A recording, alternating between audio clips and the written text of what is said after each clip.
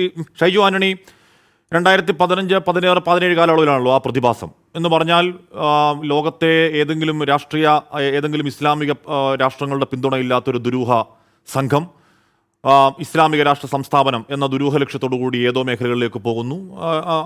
അവിടുന്ന് റിക്രൂട്ട്മെന്റ് ഉണ്ടാകുന്നു. അമേരിക്കയും കാനഡയും അടക്കം യൂറോപ്യൻ രാജ്യങ്ങൾ, അമേരിക്ക അടക്കം എല്ലാ മേഖലകൾ ഇന്ത്യയിൽ നിന്ന് മുതൽ അങ്ങോട്ടേക്ക് ആൾ പോകുന്നു.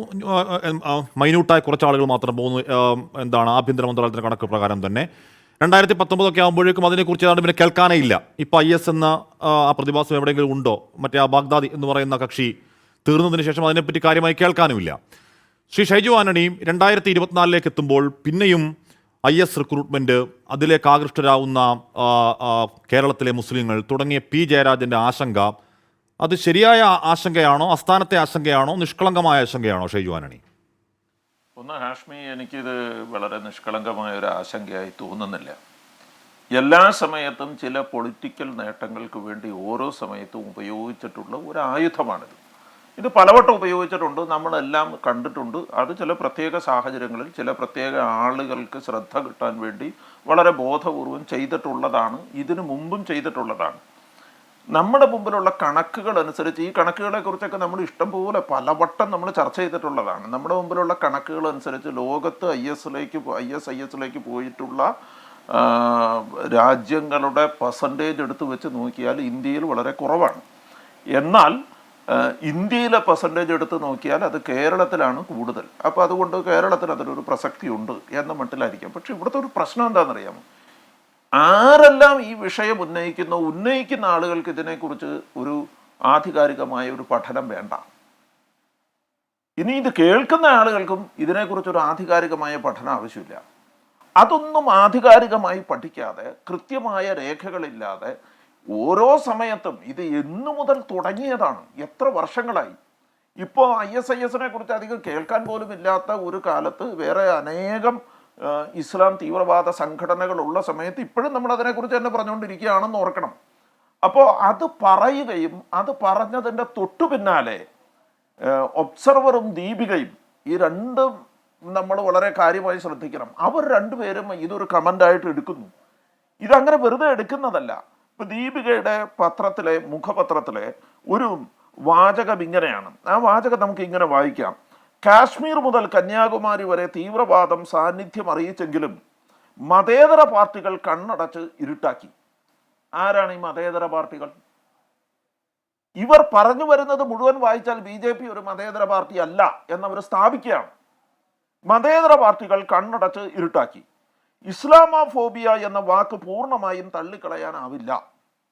എങ്കിലും അതിൻ്റെ ദുരുപയോഗം കൊണ്ട് വളർന്ന് പന്തലിച്ചത് പൊളിറ്റിക്കൽ ഇസ്ലാം അഥവാ രാഷ്ട്രീയ ഇസ്ലാമാണ്. അതോടെ ഇതര മതവർഗീയതകൾക്കും വളരാൻ സാഹചര്യം ഒരുങ്ങി. ദീപിക പറഞ്ഞു വെക്കുകയാണ്, ഇതര മതവർഗീയതകൾക്കും വളരാൻ സാഹചര്യം ഒരുങ്ങി. അപ്പോൾ പൊളിറ്റിക്കൽ ഇസ്ലാമിൻ്റെ ഒരു പേര് പറഞ്ഞ് മറ്റു വർഗീയതകൾക്ക് വളരാനുള്ള ഒരു സാഹചര്യം കളമൊരുങ്ങി എന്ന് ആ വർഗീയത വളർന്നതിനെ ന്യായീകരിക്കാൻ വേണ്ടിയാണോ ശ്രമിക്കുന്നത്? എവിടെയാണ് ഈ ശ്രമം പാളുന്നത്? ഇതൊരു വലിയ അപകടകരമായ ഒരു അവസ്ഥയല്ലേ? നമ്മൾ അതേ മുഖപത്രത്തിൽ തന്നെ പറയുന്നുണ്ട്, മുസ്ലിം രാഷ്ട്രീയവും പൊളിറ്റിക്കൽ ഇസ്ലാമും രണ്ടാണ്. രാഷ്ട്രീയ ഇസ്ലാമും മുസ്ലിം രാഷ്ട്രീയവും രണ്ടാണ് എന്ന് പറഞ്ഞു വെക്കുന്നുണ്ട്. അത് പറഞ്ഞു വെക്കുന്നതിൻ്റെ തൊട്ടപ്പുറത്ത് ആനുകൂല്യങ്ങൾ കൊടുത്തല്ല തീവ്രവാദത്തെ വളർത്തേണ്ടതെന്ന് പറഞ്ഞു വെക്കുന്നുണ്ട്. അപ്പൊ യഥാർത്ഥത്തിൽ എന്താണ്?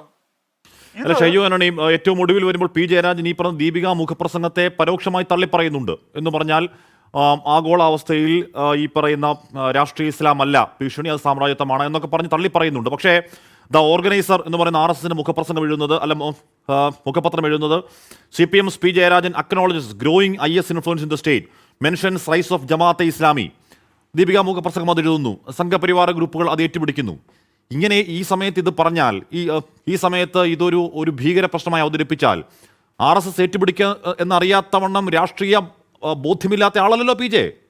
ഇവിടെയാണ് കാശ്മീർ ഞാൻ പറഞ്ഞു വന്നത്. അതുകൊണ്ടാണ് ഞാൻ പറഞ്ഞത് ഇതൊരു നിഷ്കളങ്കമായ ഒരു പ്രസ്താവനയല്ല. ഇത് വളരെ കൃത്യമായി വ്യക്തമായ ഉദ്ദേശത്തോടു കൂടി പ്ലാൻഡ് ചെയ്തിട്ടുള്ള ഒരു പ്രസ്താവനയാണ്. ആ ഉദ്ദേശം എന്താണ് എന്ന് ജയരാജന് നന്നായി അറിയാം.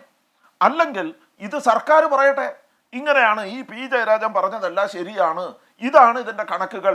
ഈ കേരള സംസ്ഥാനത്ത് IS തീവ്രവാദികൾ വളരുന്നു, ഇവിടെ മുഴുവൻ തീവ്രവാദികൾ ഉണ്ടാകുന്ന ഒരു സാഹചര്യം നിലവിലുണ്ടെന്ന് ഈ കേരള സർക്കാർ പറയട്ടെ. കേരള സർക്കാർ അത് പറയുന്നുണ്ടോ? സർക്കാർ എന്താണ് അത് പറയാത്തത്?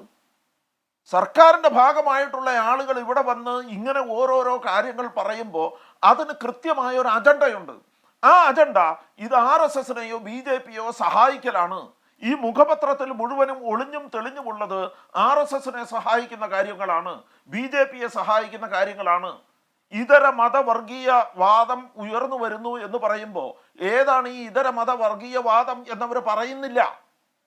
അവർ ആഗോള തലത്തിൽ ക്രിസ്ത്യാനി ആഗോള തലത്തിൽ വലിയ ശത്രുത നേരിടുന്നു എന്ന വിഷയം പറയുമ്പോൾ ഇന്ത്യയിൽ ക്രിസ്ത്യാനി നേരിടുന്ന ശത്രുതയെ കുറിച്ച് മൗനം പാലിക്കുന്നു.